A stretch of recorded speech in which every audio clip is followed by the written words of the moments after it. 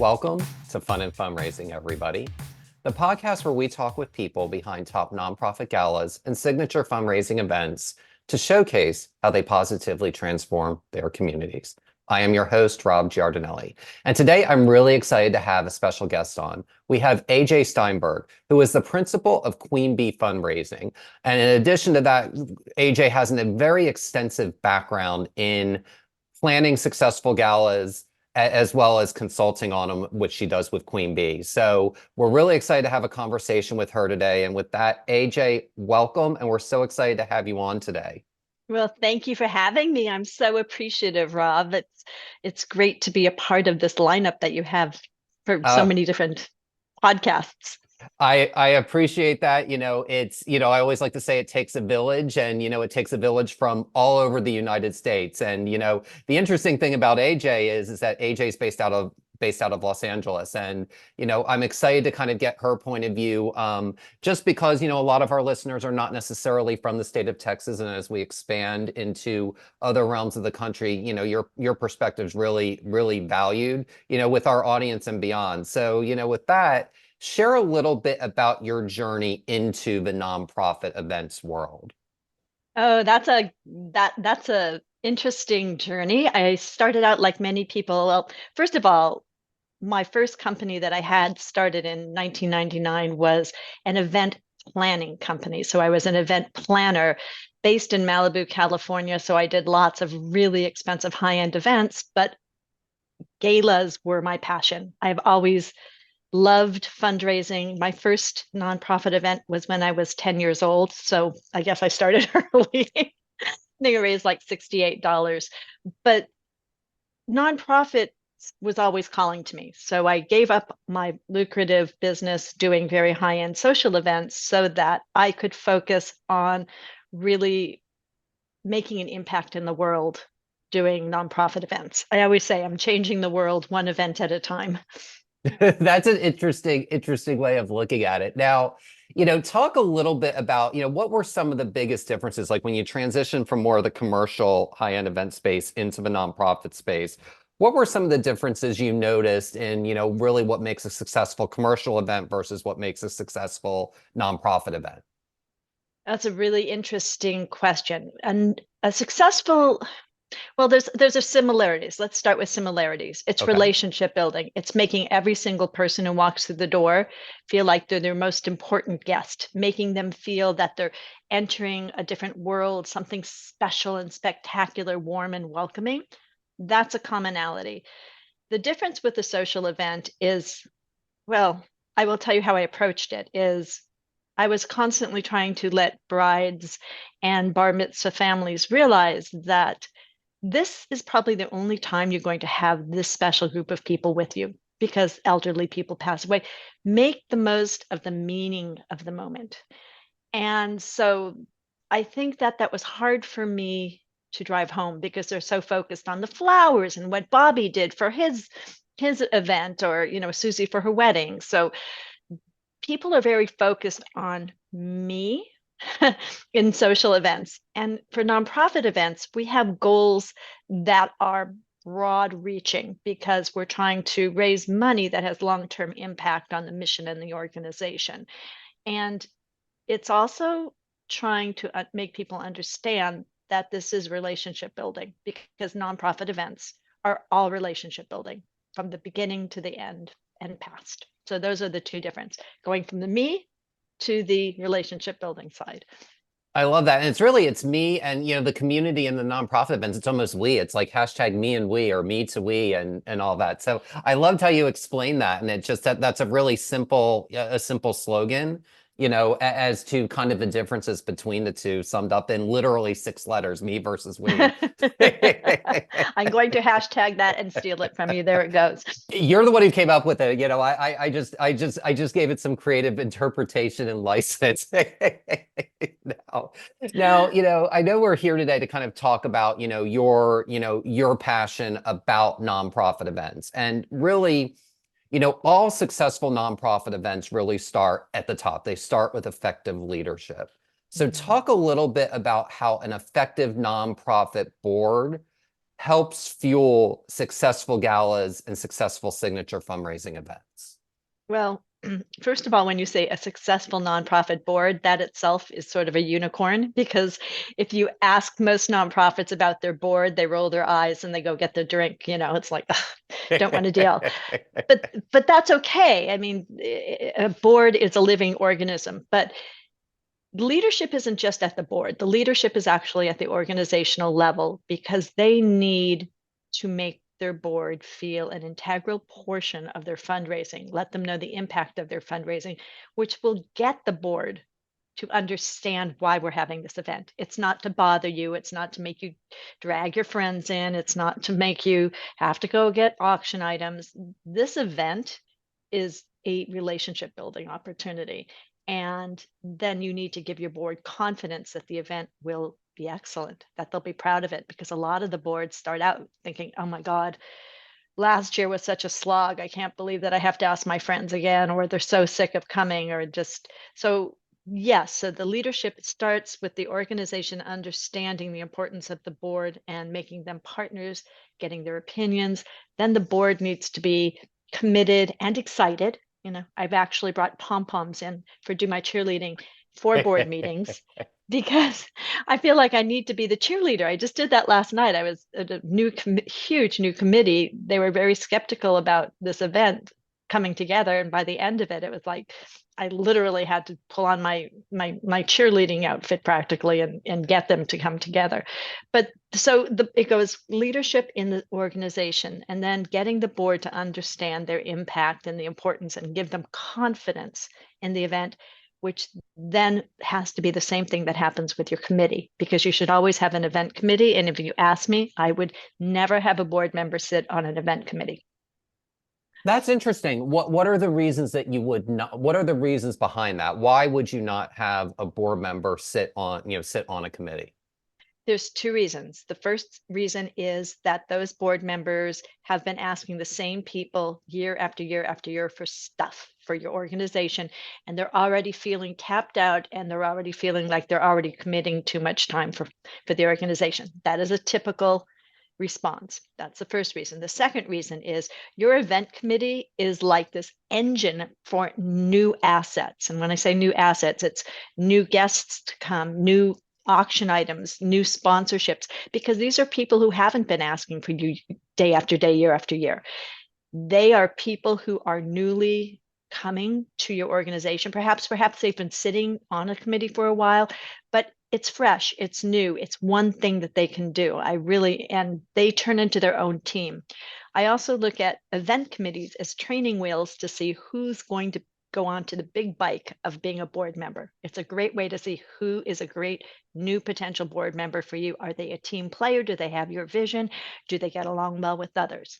So those are my two reasons. That's, and I never thought about it that way, but the way you position that, it actually makes sense. I don't want to say event committee is like a board. So it's almost like you would have that board member joining a second board within the organization. And then there gets to be this law of diminishing returns. So it's really interesting that you bring up that piece, because, I think it's one of those things that, that individuals and event committees in particular struggle with, is how much do I deal with, how much new do I bring in versus the old? But the other thing that I want to tie in on that I really appreciated you saying is, committees are great tests for board members so that they can step up bigger and more broadly within the organization. And you were talking about specific committee members shining. And to me, if you have a good silent auction chair and they're effective, that is probably, I don't want to say it's the most thankless job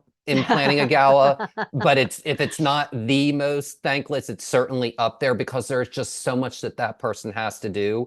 That person's a gem. So if they're a success, that's actually, feeder number one of either you want to get that person to chair your event eventually, or you need to have them on the board, because someone who's effective at that is, as AJ said earlier, is a unicorn. Yeah, they are. Oh my gosh, that's the worst. The silent auction is, I'm out.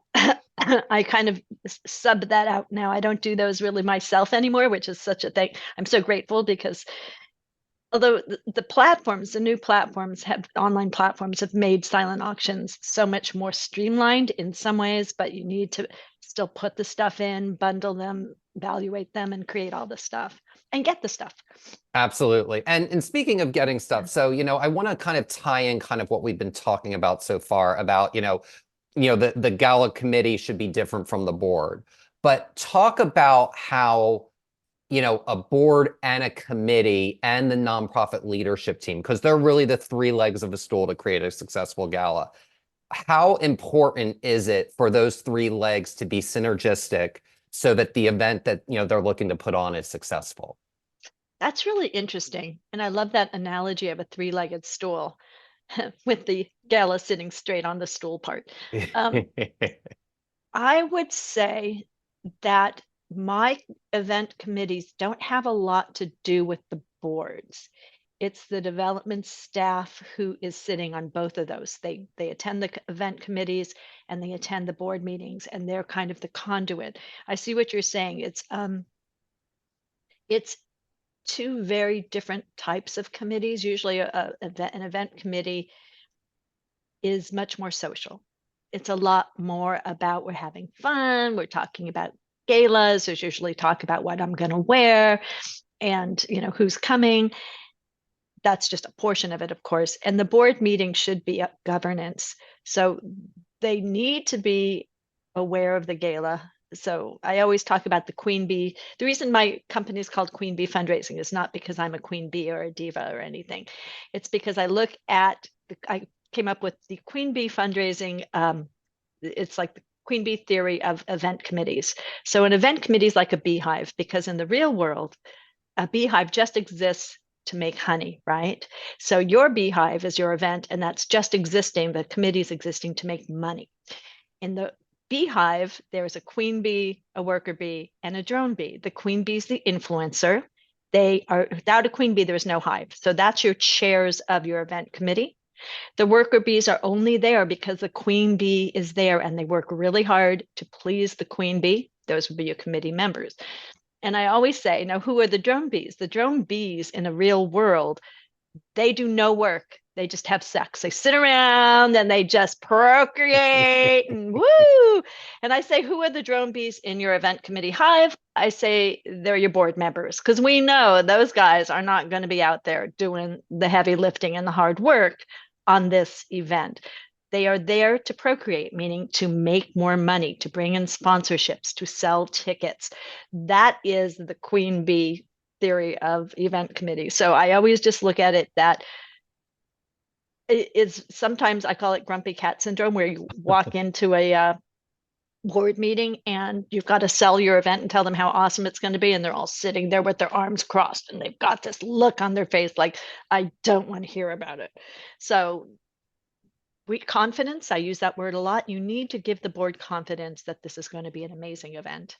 And that starts with a great event committee too. Well, I really love what you were saying there. I especially love how you basically you talked about the development chair kind of being the conduit between the two, because and I've seen where committees and board members, if they're in a room together, it's not bubblegums and lollipops a lot of the time. So I like that there's that development person that's a buffer. They can absorb the information, be like, well, how do I convey X, Y, or Z to the other? But the board needs this or the committee needs that to the other. So I really appreciated that response. And the other thing that you were talking about was, sponsorships. So, that's obviously a very critical and key part to an overall event success is, the corporate sponsors help give your event a little bit of an additional prestige, especially if you've got top businesses, in the area. So what advice would you give to a nonprofit looking to secure business sponsorships from, top businesses or top businesses that they want to land in their area? Well, I do a lot of workshop training on sponsorship for nonprofit events, because that is where a lot of nonprofits are missing. There's so much money being left on the table with sponsorships. I like to have sponsorships pay for the entire event before you ever open the door, if not more than that. Part of the problem with nonprofits with sponsorships is that they're taking a little Word document, turning it into a PDF, and it's like just one little page. Sponsorship dollars are marketing dollars. They are not donations. They are not people who think, oh, you're doing good work. A business does not care, really honestly, about what you do. They want to make sure that there is visibility and they're getting return on their investment for their sponsorship dollars with you.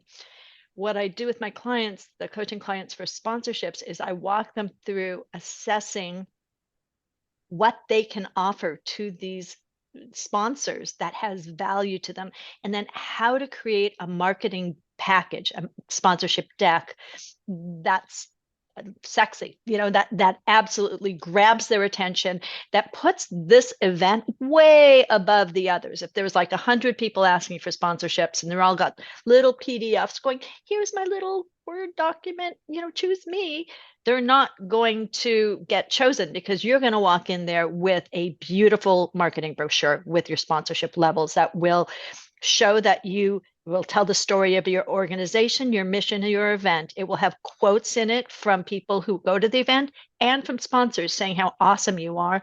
And then it's going to have really delicious sponsorship perks, and they're going to be laid out in a way that they really get the impact of what their marketing dollars are going to be getting them. This is super important. And then the next piece is you've got to brainstorm with your committee and your board and get them to understand they have relationships and connections that should be sponsoring. So if your board member let's just say he owns a big company and he's been paying insurance to the same insurance agent for 30 years and rent to the same place for 30 years, and he has medical, insurance he's been paying from another place. Every single one of those are assets, that's what I call them, that should be reached out to be a sponsor for your event. Now, the next piece of sponsorship is people don't like to ask for money. This is true. You need to let them know it's going to be easy and they don't have to ask for money. All they need to do is give you a warm handshake. They just need to call their insurance agents and say, hey, I'm on the board of XYZ, and you're going to get a call from AJ Steinberg because she has a great opportunity for you. This is a near and dear organization to my heart. Hey, I've been a client of yours for 20 years. I want you to take this call, or I want you to take this email. And then the person who is the AJ or whoever from the organization is good at asking will make the call and do the pitch and do the sale. Well, I think it's genius. I love the phrase warm handshake versus warm lead or warm fill in the blank, because, and you explain that so perfectly that it's, it really, I was able to connect the dots of how everybody wins, because if you've got a major, if you've got a board member who's a major customer of another business, they are presenting them with the opportunity. And if the business does decide to go through with it, the board member will feel, okay, they really validate and value me as a customer, and they wind up staying retained with them as a client. So it winds up being customer loyalty. So I really love, and you so, thematically and thoughtfully explained that I was really able to kind of almost connect. It was almost kind of like a round circle of kind of how all those pieces interlock together, kind of like a wheel and a hub and a spoke. And it was just, thank you for sharing that, because I never thought a warm handshake is, let's hashtag that, everybody, because that's a phrase we need to use more often, because I love that, because it's not a salesy term, which if a board member doesn't want to sell, they can just liaise and be a conduit. And that, I think that's just a wonderful, wonderful way to explain it. And you'll see a huge difference in the board's members' willingness to help you to reach out to their people if they look at it that way. That's fantastic. And, one other thing that we kind of want to talk about, and we had talked about with the, is event profitability. And I know that, when you and I had spoken beforehand, that is a very critical and key thing that you primarily focus on as a part of your practice. So talk a little bit about how nonprofits should budget their galas to maximize event profitability. Oh, that's interesting. Well, there's two ways to look at budgets. If you want to make more money, you can either cut corners or you can raise more money. I'm a big believer in raising more money without being overly profligate with spending. So There are lots of galas, and I know Texas is one of those places where there are very opulent, and it's expected. So if you go to whatever the biggest one is, you were talking about this Mac being Jack and McConaughey, probably, yeah. right, and people expect opulence or a certain extravagance, even if it's not opulent. And that works for those established huge nonprofit events. What doesn't work is when your supporters and your board come in and see opulence and feel it's taking money out of your mission. So you have to really balance that. There is just no way. I was just with somebody who was trying to make the Four Seasons Hotel over here that we work at a lot. He was trying to strong arm the banquet captain manager to give him a few cents off on this package and this package. And it was embarrassing to me because quite honestly, the Four Seasons is going to charge you what they're going to charge you. They're the only game in town over in this side of town. That's not how you're going to save money. And I said to him, I pulled him aside after and I said, listen, I appreciate what you're trying to do. You want more money for your organization. Here's how you can do it. You're not going to do it by badgering the Four Seasons. They're just going to be annoyed by you. What you're going to be doing is get more sponsors. You want to have hosted cocktails, which you should. I'm a huge fan of that. Then let's get a sponsor for cocktail hour. You want to have an after party. Let's get it paid for through sponsorships. That will take the bottom line, raise more money. And also pay more attention to your paddle raise. Script it and sequence your stage program so you maximize. That is why most nonprofits don't maximize their revenue, is that they haven't put enough thought and time into the paddle raise. They spend about 100 hours plus on these silent auctions, which make money, but they do nothing to build a relationship with your organization and the guests. Your paddle raise is the most meaningful moment of your entire event, and you should split it. You should spend 1 hour on your silent auction and 100 hours on your paddle raise, because it will pay off so much in the long run with this. Absolutely. And, in terms of maximizing profitability, a good event committee and a well-run nonprofit, they're going to know who all those major donors are in the room. And, if they're exceptionally good, they'll have an idea as to how much certain people are going to be willing to spend. So with a paddle raise, because there's nothing worse. The one thing that hurts my heart more than anything else at a gala is when someone does a paddle raise at the top level and no one bids it. No one raises their hand. And No, it should yeah, never happen. it Crickets, should crickets, it crickets. it should never happen. I was at something recently where it did happen, and it just, Oh, it takes the wind out of the sails, and it's like, go where you know you're going to get a home run.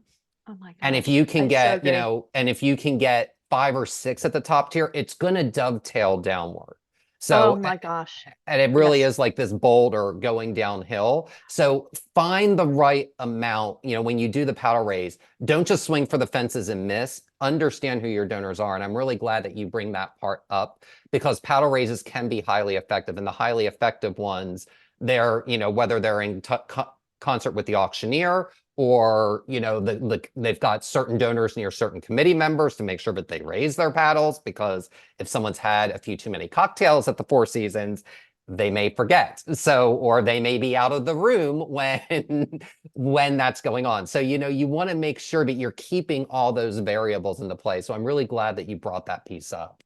Right. And how we do it is, I mean, you should be working with your auctioneer on the paddle raise, not just the live auction. You need to be giving him the bullet points about how he should interact with the crowd to remind them why they're raising the paddle. Um, Lots of times we'll know somebody will give a year-end gift of $20,000. We know that that's a continuum. So we will talk to them and say, instead of giving it at year end, can you give it during this event as a matching fund for the paddle raise, or can you give it at the paddle raise? So we absolutely, and I say the top two levels, have seeds at the top two level of people who are absolutely going to be raising their paddle. And that's huge. Also, too, I'm a big fan of the paddle drop. Do you know what that is? No, I'd love for you to explain Oh what my that gosh, is. this is my new favorite. There's like even old dogs and their new tricks, and that would be me. Um, the paddle drop is after you've done all the levels and people raise their thing at $100 or whatever. the auctioneer will say, you know what? We have one special treat for you. We have, let's just say, 4 tickets to the Rolling Stones. If you want to be in the raffle for the Rolling Stones, we're going to have people come by, drop your paddle for $50. If you drop your paddle, it's $50, but you're in this raffle for the 4 Rolling Stones tickets. And we have people go through and they put and that can be $30,000 if you have 800 people in the room. You can do it for $100 if it's, something valuable, but it's like one last chance. This is it. We're not even going to be asking you for any more money, but if you want a chance, and then everybody's dropping their paddle. So there's a lot of peer pressure to do it. And it's just an extra bump in your bottom line. And $50 is such that's an amount that most people can digest and most people are willing to do. And if you've got hundreds of people in there, think about what $20,000 or $30,000 can do. It's basically one giant paddle raise. It's one giant paddle being raised, but it's the whole room doing the raise at one time. So I think that's a really, a paddle drop in addition to a paddle raise, definitely make that a part of, any fundraising strategy that you have at your event. So I love that. And I hope more organizations take that going forward. Agreed. And speaking of drop, there's mic drop moments and what I like to call mic drop moments, and which is when celebrities are in a space or in a room. So, you live in Southern California, so I know you probably got lots of exposure to this, to this realm. So what's a piece of advice you would give to someone looking to engage a celebrity to be involved with their nonprofit gala or signature fundraising event? And I'd love for you to share what to do, but also what not to do, when you're dealing with those individuals. Oh, I'm not sure you're going to like my answer for this, but having been for 30 years based in Malibu, I have been through this, and in Los Angeles all the time. Here's the deal with celebrities. They're a headache, and lots of times they don't show up and do what they're supposed to do.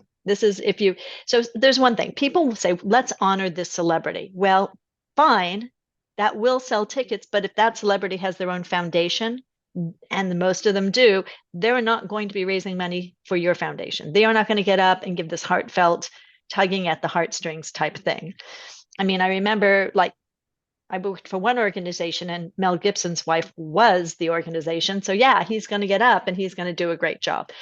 But I've had other people get up and just pitch their own foundation from the stage, which is the worst thing you can possibly do. They have a lot of requests. They're a headache. They very rarely make donations. I know that sounds strange. Sometimes I do. I'd like to give a shout out to Dule Hill, who actually walked up with a $10,000 check for us. Just like, I really like that. They don't follow directions. So when I had one celebrity who shall be unnamed who was being honored, he got up and he had a 5-minute time slot, and 20 minutes later, even his own table and family was getting up and leaving. It was excruciating. I felt sorry for him because it was so stupid. So they can bring in people. Will somebody buy a $500 ticket because they know that one of your big sports people is there? I don't think people buy tickets because of that. It's a value added. They get excited. Maybe someone who was already going to be thinking about that. So I don't know if that's the answer to that.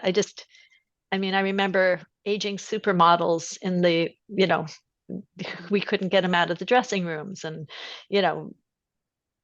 So what I'm hearing you say is, there's things, and it's one of those things, and I found this, don't get a celebrity just for the sake of getting it. Make sure that there's a tie to that person and the organization. I remember talking with somebody, and I know I've said this on this program before, but there was a nationally known household name celebrity, and it was a sports figure, and they were the headliner at that event, and the event raised $60,000.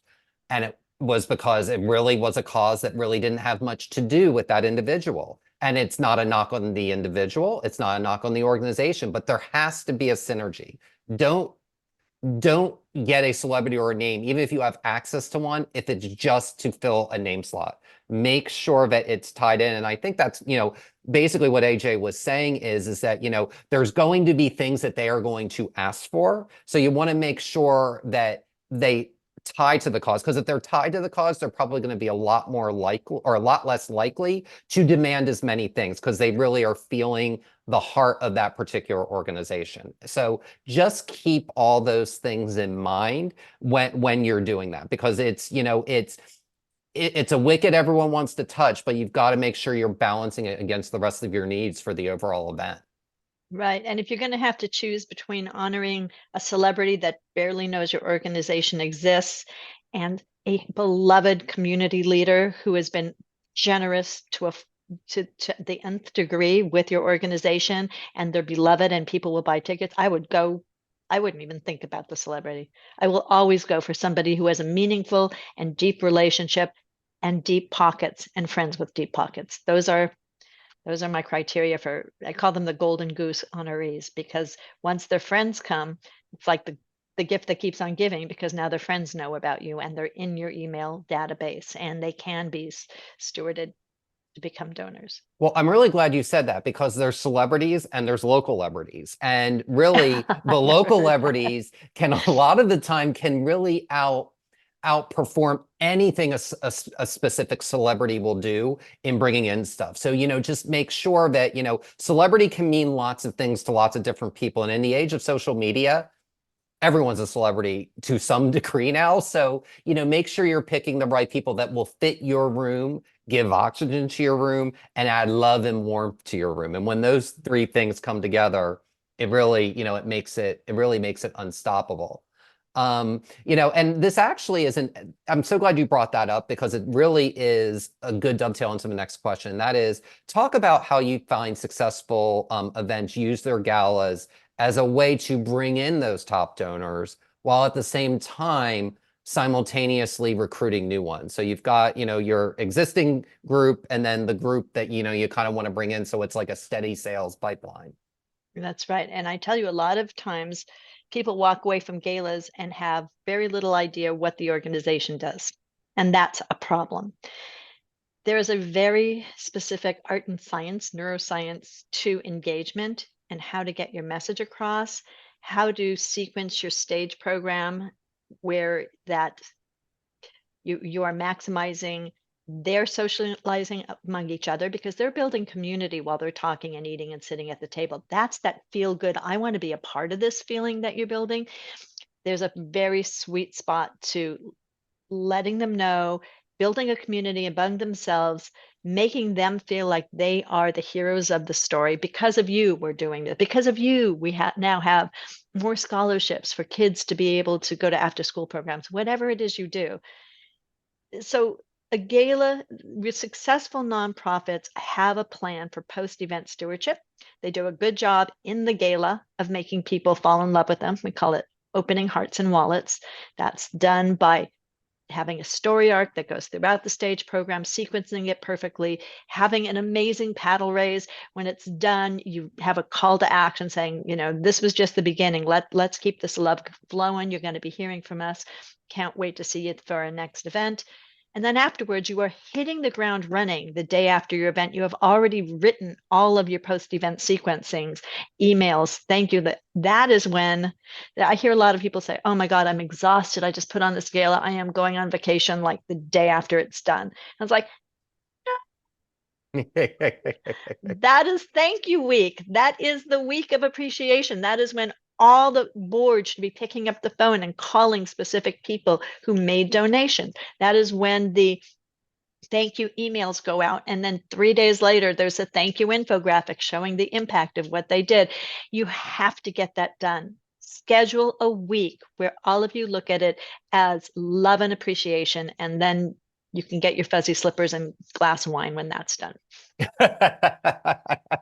I like that. After all that's done. Now, I'm glad you brought up the post-event piece because, really that's kind of your final explanation point. And if they had a really good time at your event, you sending a post-event communication is going to bring that warm feeling back into them. And it makes them more likely to, come back the next year, which you already should be well in the throes of planning, even before that current year, even before that current year's gala is done. That's exactly it. And people notice if you don't say thank you. People notice if you don't send a post. I hear all the time, oh, they don't want us to bother them. We don't send too many emails because we don't want to bother them. It's like, no, people don't even realize you're sending emails. It takes 7 emails till something even Yeah. registers with you. So if you were just sending them information to say how awesome they are, remember donor centric language, they are the heroes of the gala, they are the heroes of the story. Um, you should be sending at least 3 out within 2 weeks of a gala. That's great. Remember that, folks. Three correspondences within 2 weeks of the gala to thank, really it's about gratitude at that point, about having them be a part of the night. And, while we're on that, talk about what is one common thing that you found that nonprofits do to to make their gala specifically stand out within their community. Hmm.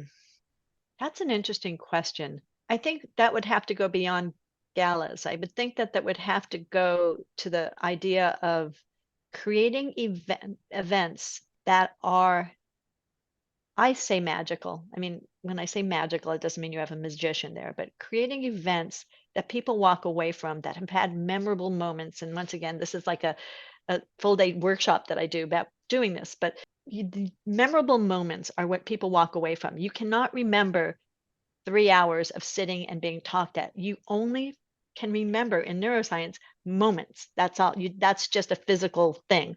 But to make those moments stand out, especially good ones, because you can have bad ones, meaning we stood in line too long, we didn't get the right food, it was too crowded. But to make memorable moments, it doesn't happen by accident, and you have to craft them. So to make your event stand out, don't just think we're going to do what we always did, which is makes a hair on the back of my neck stand up when I hear we've always done it this way. And I'm like, oh, I don't even want to talk to you, because we need to find ways to break through the noise of social media and day to day and 100 other galas. We have to find ways to say, we're going to create something really special for you. And that could be a gala, in which case you're like during cocktails, let's put it this way. Say you have one that's for the troops and you're having a gala that's for the Americans serving Americans. During cocktails, instead of focusing everything on your phones and bidding on the silent auctions, what I do is I have a big table and it's filled with pens and stickers and paper note cards. And we write to the families or we write to the troops and we send them off afterwards. That immediately is creating memorable moments for these people. That's something different than at most galas.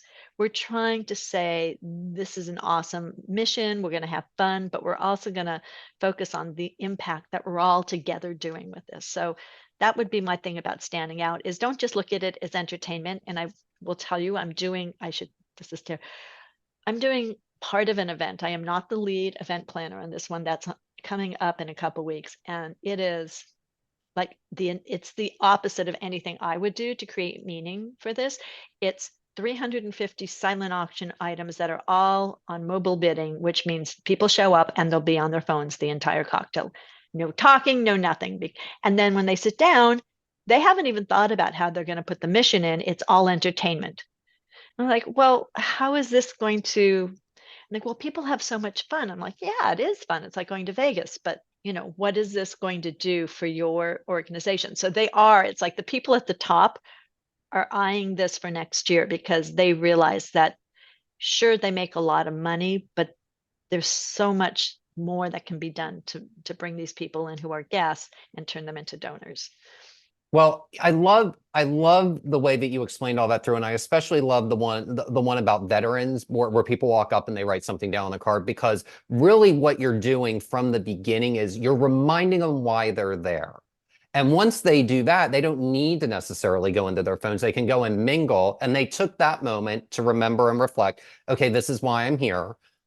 Got it in the back of my mind. I'm gonna, bid on a paddle up. I'm gonna bid on an auction item, whatever it is, but I'm gonna go and do that later. But then I can kind of go and have fun for a little bit because I remembered why I was here. And it fills people with that purpose, and it makes them grateful to be there, and it makes them feel good about themselves that they're supporting a cause. So I really like how you really took us through that, through that explanation. And it's another thing about the paddle raise. You can tell that I'm a person who cares about the paddle raise. I try and do something different that's not just we're sitting here raising our paddle. So I'll give you an example. I like three-dimensional. I like where people are surprised or shocked or brought the cause into the audience. So one was for a nonprofit that helped families who have children on the spectrum of autism. And so the person who was being honored led into the paddle raise, and she said, I'm up here being honored. Yes, I am the person who started this organization, but I'm also the mother of Wyatt, who is on the spectrum. And she says, and you'd be surprised how many of us are touched by autism. And she says, she pulled out a poster that says, I stand with the name of the organization. She had a post like a foam cord. She goes, I stand with the families. She goes, and who else stands? And I knew who had people on the spectrum, and I had placed those same posters all throughout the board under the tables, and everybody picked theirs up and stood and held up their I stand with the organization. So everybody there were hundreds of people standing up, and everyone's like looking around going, wow, everybody is touched by this. So that was a really incredibly electric moment, because we took it from, I'm telling you from the stage, to look around. This is what we're all dealing with. So I just want to say that about paddle races: be creative and three-dimensional with it. That's a really impactful one. And that kind of echoes what we were talking about. Why are you there? That's a really extremely clear reason. Like, there isn't a person in that room who wouldn't know why they are there after feeling that moment. So, it's one of those things just in terms of, how do I make my event stand out, make people remember why they're there? And I think that's definitely the number one takeaway from, this segment of the conversation. And I know we're running a little short on time, but I did want to end with one question. And that is, what advice would you give to an organization looking to plan its very first gala or signature fundraising event? That's a great question. My first would be, don't plan a gala if you're not ready. Because if it's your first, you need to really assess if that's the best type of an event for your support base. Can they afford the tickets? Do they like to get dressed up? Do they want to sit through 3 hours of a stage program or whatever it is? So I would say, first, assess what kind of an event is going to hit your desired target demographic, old, young, whatever. Then get together an awesome committee that is, and not board members, put together an awesome committee and really come up with a game plan of your goals of what you want to accomplish, and then build it backwards. Build your event into something that will help you achieve your goals. But I always say, start with assessing what kind of event and who you want to see in those seats or at that event. That's really great. And, I'm glad that that was a great answer where you gave people kind of a roadmap of kind of the three main things I need to do to, make sure that I'm ready. And what do I need to do if I'm ready? So, I think we talked about mic drops earlier, so I think that was the perfect mic drop moment. So, AJ, thank you so much for joining us today. I really appreciate having you as a guest. This was really Thank fun. you. It was great. Great questions. Thank you, Rob. And best of luck with your podcast. It's awesome. Thank you so much. And for more information about AJ Steinberg and Queen Bee Fundraising, please visit queenbeefundraising.com.